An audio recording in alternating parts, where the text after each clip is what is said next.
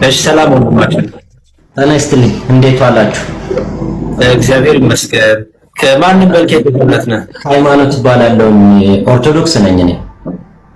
ኦኬ እሺ። ጥያቄ ምን ነበር ወንድማችን? በጣም ረጅም ጊዜ ፈልጊያችሁ ስላገኘኋችሁ በጣም ደስ ብሎኛልና ቢሮዬን ሁሉ ዘግቼ ነው አሁን እናንተን ለማናገር እንትን ያልኩት። ሁለት ጥያቄዎች አሉኝ። ብዙ ጊዜ ጠይቄ ያልተመለሰልኝ ጥያቄ ስለሆነ ነውና ምናልባት እንደ እግዚአብሔር ፍቃድ ዛሬ ይመለስልኛል ብዬ ስለማምን ነው። ጥያቄው ሁለት ነው። እኔ የተወለድኩበት አካባቢ አጋጣሚ ሆኖ ቅድም ሲነሳ ነበረ በዛ ዘመን የነበሩ ሰዎች ቤተክርስቲያኗን ይቀድሱ የነበሩት ቅባቶች ናቸው። የዛ ጊዜ ያጠመቁኝ እኔን ያጠመቁኝና ስጋ ወደሙ የሰጡኝ ወይም ልጅነትን ክርስትናን የሰጡኝ ሰዎች እነሱ ነበሩ ማለት ነው። አሁን እርግጥ ነው ቤተክርስቲያኗ ወደ በኦርቶዶክስ ነው እንትን የምትለው፣ ግን እኛ አልተጠመቅንም። ስለዚህ አሁን እንደ አዲስ ክርስትና መነሳት አለብኝ ወይ? አንደኛው ጥያቄ ይሄ ነው። ሁለተኛ ከዛ ጋር የነበሩ ሰዎች አብረው የነበሩ ወይም የኔን ወላጆች ለምሳሌ ማለት ነው እነሱ ሰዎችም እዛ አዳት ታይም የነበሩ ሰዎች ናቸው ያጠመቋቸው። ስለዚህ ቢጠመቁ ወይም እኔም ብጠመቅ የግዴታ እንደ አዲስ ስጋው ደግሞ ወይም እነዛ የሚያስፈልጉ እነዚህ አምስቱ አዕማደ ምስጢር ላይ ያሉት ነገሮችን ሙሉ ለሙሉ ከውናለሁ ወይ ነው ጥያቄ። ይሄ ነው የኔ ጥያቄ። እሺ ዲያቆኒክ ደሙና እኔም ሐሳብ ሰጣለሁ። አዎ በመጀመሪያ እዛ አካባቢ አሁን የነበርክበት አካባቢ ላይ የነበሩ ካህናት ያጠምጡት ቅባቶች ናቸው ብሎ ለመደምደም የሚከብድ ይመስለኛል። ምክንያቱም ምናልባት መረጃውን የሰማኸው አሁን ይመስለኛል። የዛን ጊዜ ታውቀ ነበር? በሕፃንነት እያለ ታውቀ ነበር? አላቅም ነበር። በመሀል እኔ ያደግኩት አምድ ሃይማኖት ነው፣ ግቢ ገብርኤል ማለት ነው። አሁን የምኖረው ጅማ ነው። በዛ ጊዜ እኔ ታወቅኩ በኋላና እንደገና ወደዛ ወደ ክፍለ ሀገር በተመለስኩ ጊዜ አንድ ክርክር ነበረ። እኛ ሁሉ ሄደን ቤተክርስቲያን ለማሰራት በነበረው ጊዜ ክርክር ነበረ። እዚህ ቤተክርስቲያን ውስጥ ታቦታ እናስገባም፣ እዚህ እናስገባለን አዲሱ ጋር ተብሎ በዛ የተነሳ ክርክር ተነስቶ በመጨረሻ ምን ሆነ? እኛ ቅባት ነን ብለው ለዩ እነዛ ሰዎች፣ እኛ ደግሞ ኦርቶዶክስ ነው ብሎ ምዕመኑ በሁለት ተከፈለ። በሁለት ተከፍሎ አዲሱ ቤተክርስቲያን ኦርቶዶክስ ሆኖ አዲሱ ቤተክርስቲያን ታቦቱ ገባ ማለት ነው። አባቶች መጥተው ባርከውት፣ እነዛኞቹ ተገንጥለው ለብቻቸው አሉ። አዳት ታይም ደግሞ እኛን ያጠመቁን እነዛ ሰዎች ናቸው። አገኘኝ ሐሳቤ መምር? ገብቶኛል። ምን እንደሆነ ታውቃለህ? አሁን መታወቅ የሚገባው መሰረታዊ ጉዳይ እኛ ቤተክርስቲያን ላይ በተዋህዶ ቤተክርስቲያን ላይ ሆኖ አንድ ካህን በውስጡ ቅባት ሆኖ ቢያጠምቅ መናፍቅ ሆኖ ቢያጠምቅ ቤተክርስቲያን እስካለየችው ድረስ ያማጥ ኦፊሻል በዛ ስላልታወቀበት የኛ ጥምቀት ላይ ያመጣው ለውጥ የለም። እኛ ጋር ያመጣው ለውጥ የለም። በደሉ ኃጢአቱ የሚሆነው በራሱ ላይ ነው። ለምሳሌ አንድ ሰው አሉ እኮ እኛ ቤተክርስቲያን ዛሬ ተሐድሶች ሆነው በልባቸው እዚህኛ ቤተክርስቲያን ላይ ቅጥረኛ ሆነው እየቀደሱ ያሉ ሰዎች አሉ። በሚያጠምቁት ጥምቀት፣ በሚቀቡት ሜሮን፣ በሚያቀብሉ ስጋ ወደሙ ላይ ምንም ያመጣብን ለውጥ የለም። ይከብራል ራሱ ይሆናል በሆነ በዛ ሰው ግን መዓቱ ለዛ ሰው ከዛ ኦፊሻል ቤተክርስቲያን ስታወግዛ ይወገዛል ማለት። ግን የኛ ጥያቄ ፉርሽ የሚሆነው የቱ ጋር ነው? ቅባት መሆናቸው ታውቆ ቤተክርስቲያን ከተለዩ በኋላ ድጋሚ እነሱ ጋር ሄደን ክህነት እንትን ንስሐ ገባል አቁርቡን ካልን አጥምቁን ካልን ንፋቄ አየ ኦፊሻሊ ቤተክርስቲያን ለይታ ካወቀች ነው። በተረፈ ግን ዛሬም ይኖራሉ። አሁን እኮ ማን ያውቃል? አዲስ አበባ ላይ እኮ ይኖራሉ ካህናት ሆነው ዲያቆናት ሆነው ሁለት ቦታ ላይ ያሉ ቢላም በሁለት ሜዳ የሚሉ ሰዎች እኮ አሉ በየቦታው። በዚህ እኛ ቤተክርስቲያን ላይ ለሚፈጽመው ክህነት ለምንም ያመጣብን ችግር የለም። ለምን እኛ አምነን የተጠመቅነው ቤተክርስቲያን ላይ ስለሆነ። ዳሩ ግን ቤተክርስቲያን ኦፊሻሊ በቅዱስ ሲኖዶስ ወይ ደግሞ በዛ በታወቀበት ሰበካ ጉባኤ ታውቆ ያ ካህን ከታገደ በኋላ ግን ድጋሚ ሄደን እሱ ጋር ጸልያለሁ ከተወገዘ መናፍቅ ጋር አብሬ ውዳሴ ማርያም ደግማለሁ ካልን ግን ያ ክህነት፣ ያ ጥምቀት፣ ያ ትምህርት ሙፋቄ ነው። ከዛ በፊት የተደረገው ግን ዛሬ በልባቸው ይዘው የሚንቀሳቀሱት ግን እግዚአብሔር ጠይቃቸዋል። በእነሱ ማለት እኛ የምታምኑ ተዋህዶ ሰው ነው። ቅባት ሙፋቄ ነው ወይ እልል ያለ ሙፋቄ ነው? አንድና ሁለት እኮ የለውም። እልል ያለ ቅባትና ጸጋ እልል ያለ ሙፋቄ ነው። በቃ እኮ ያለቀለት ነው። ግን ይህንን በስውር የሚያደርጉ ዛሬም አዲስ አበባ ከተማ ላይ አሉ። ምን አገር ቤት ብቻ ይመስላል። መሀል ከተማ ላይ ቁጭ ብለው በውስጣቸው የውስጣቸውን ይዘው የሚያደርጉ ሰዎች አሉ። የታወቀበት ቀን ግን አለ።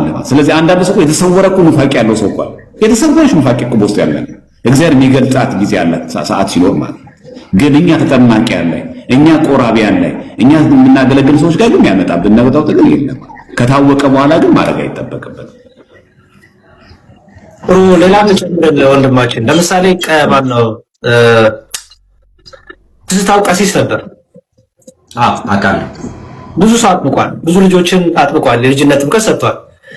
አይ ትዝታው እኮ በውስጡ የዛን ሰዓት እንዲሁ ከሄደ ምን ፍቅር ነው እያለ ስላጠመቀ እነዚህ ልጆች ጥምቀት አትሰራም፣ አይሆንም። ምክንያቱም በቤተክርስቲያን ውስጥ ሆኖ ያን ነገር ነው ከቤተክርስቲያን አሁን ተለይቷል አይደል?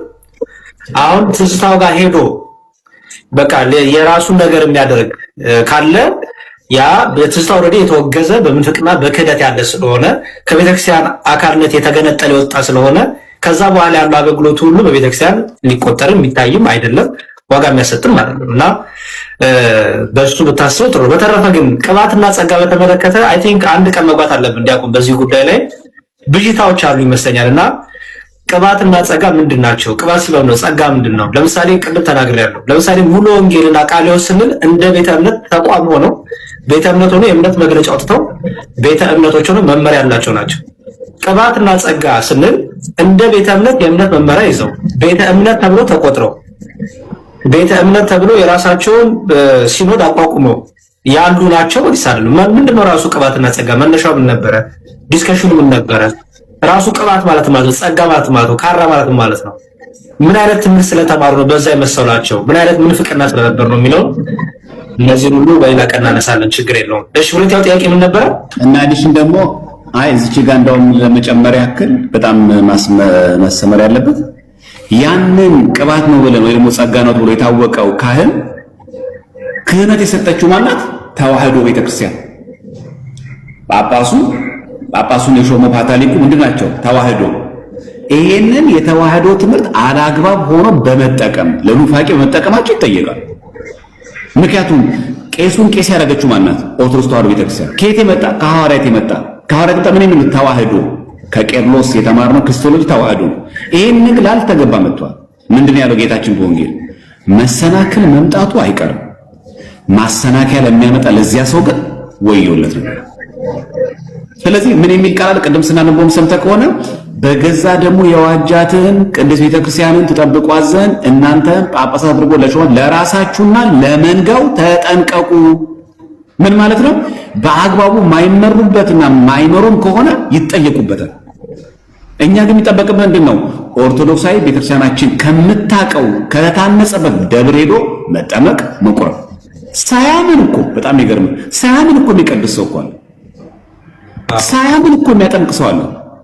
ለኛስ ያቆባን አማናዊ ነው፣ ለኛስ ያጥምቀት አማናዊ ነው። ተጠራጥሮ ለሚቀድሰው ተጠራጥሮ ለሚያቆርበው ለዚያ ሰው ግን ወየውለት። ስለዚህ ጉዳያችን እንደዛ አድርገን ማየት ያለብን እንጂ ከሰው ለጀርማ ከኛ ጋር በረከት የሚያመጣው ለሚጠራጠረው ወየውለት ባጭው። እኛ ጋር ለሚያመጣው ነገር ግን ምንም ነገር አያመጣውም እኛ ጋር ማለት ልክ አሁን ሜዳ ዮሐንስ አፈወርቅ በተቆሸሸ እጅ እና አይተህ ከሆነ ገበሬ ሲያርስ የተቦጫጨቀ ልብስ ለብሶ ቁንጣ አርጎ ዘንድ ብጭቅጭቅና በጣም ያደፈ ልብስ፣ ያደፈ ጫማ፣ ያደፈ እግር፣ ያደፈ እጅ አለውና በዛ ዘር ይዘራል። እስቲ በሚዘራው በቆሎ ወይም ስንዴ ቆሻሻ በሆነ እጅ ስለዘራው ሲያድግ ያ በቆሎ ቆሻሻ ይሆናል? አይሆንም። ካህን እኮ በጣም እኮ ያ እኮ ገበሬ ቆሽሿል። ምናልባት ግን እነፎይን አግዟቸው። ስለ እውነት የምነግራችሁ እነፎይን አግዟቸው። ስደት ላይ ነው ያሉት።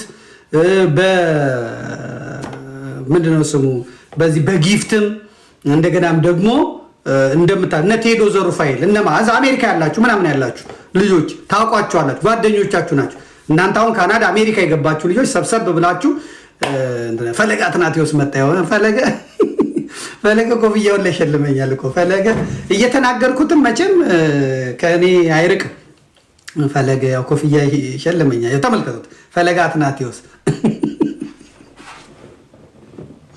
አይ ፈለገ እና እነ እፎይን እነማንን ያው እንድታግዟቸው አለው እንድትሏቸው ያስፈልጋል። አለው እንድትሏቸው ማለት ነው። በእውነት መስመር አስይዘዋል። እኛ ጋር ችግሩ ምንድነው? እኛ ጋር ጨካኞች ነን። ገንዘባችንን የምናወጣው ለሌላ፣ ምናችንን የሚበላል ሌላ። እነዚህ ልጆች በስደት ሀገር በሰው ሀገር ነው ያሉት። አንድ ቀን አላቋረጡ። አንድ ቀን ኦርቶዶክሳውያን ግን ተሰባስበን እንኳን እነሱን እንዲህ ነው አላልናቸው። ይሄንን እነ ቴዶ ዘሩፋኤል ሌሎቻችሁ መስራት የምትችሉት ማድረግ የምትችሉት ነው። መሳቀቅ የለበት። አገልግሎቱን እነሱ ይቀጥሉ። እኔ አሁን እንደዚህ የምበጠረቀው እንደዚህ በነፃነት የምለው ምንድነው? ከኋላዬ ከጀርባዬ ሰዎች ስላሉ ኢንሹራንሴን የባንኬን የሚከፍሉ የቤት ኪራይን የሚከፍሉ እንደፈለግኩ እንደሆን የሚያደርጉ ቲም ተፈጥሮ እነዛ ቲሞች ናቸው። ያ ኃይል ነው። እንደፈለግኩ በቃ እኔ አሁን ይሄ ይመጣብኛል ይሄ ምናምን እንደ ስራ ይዤ እጽፋለሁ፣ አገለግላለሁ። ምን ልክ እንደዚህ እንዲህ የሚያገለግሉ ልጆች እንደነፎይ እንደነማ ያሉት እንደነጸጋዬ እነዚህ ውጭ ያሉት ልጆች መከራ ላይ ያሉት ልጆች መደገፍ ተገቢ ነው። ይሄ መስራት የነበረባቸው ምን ነበሩ? ካህናቱ የት ያሉት? አሜሪካ፣ አውሮፓ፣ ካናዳ፣ አውስትራሊያ ያሉ ካህናት ነበሩ ይሄን ማድረግ ያለባቸው። ካህናቱስ ጨካኞች ናቸው። ካህናቱስ ራስ ወዳድ ናቸው። ካህናቱስ እንዲህ አይነት የበረከት ስራ እንዲህ አይነት የፍቅር ስራ የላቸው ምዕመናኖቻቸውን አሁን ከአሜሪካ አንድ ቦታ $100 $200 አዋተን እንደዚህ እነዚህ ልጆች እንደግፋቸው። ሊርባቸው ይችላል፣ ሊጠማቸው ይችላል፣ የቤት ኪራይ ሊኖርባቸው ይችላል ብለው ቢያስቡና ቢያደርጉት ይችላሉ። ምቀኞች ናቸው። እኔ ዛሬ እዛ እርዱ ብዬ ከዛ እንደገና ሄርደው እዛ መርዳት ዘላለም ቢረዷቸውስ? ቁጭ ብሎ ጭንቅላት የኔ ቢጤ ጭንቅላት ለማኝ ጭንቅላት ይዞ መጥቶ የኃላፊነት ቦታ ይቀመጣል። ከዛ ለራሱ ብቻ ያስባል። ስለዚህ ቦታ ያላችሁ ሰዎች የወጣችሁ ሰዎች ወንድሞቻችሁን አግዙ፣ ወንድሞቻችሁን ሩዱ። አሁን ሌሎች ቢሆኑ እንዴት ያደርጓቸው ነበር? አነፎይ ሌሎች ቢያገኟቸው አስባችሁታል? ሌሎች ቢያገኟቸው ምናቴ በስማቸው ሙስሊም መስጊድ ይሰራላቸው ነበር። ስለሁለት ጴንጤዎቹ ቸርች ባናታቸው ላይ ይሉ ነበር። እኛ ጋር ግን ይሄ የለም። አሁን እኮ እኔንም የሚሰድበኝ አሁን እዚህ ውስጥ የሚሰድበኝ እግዚአብሔርን አንድ እስላም አይሰድበኝም። እዚህ ውስጥ አሁን አንድ ሙስሊም አይሰድበኝም። እዚህ ውስጥ አሁን አንድ ጴንጤ አይሰድበኝም።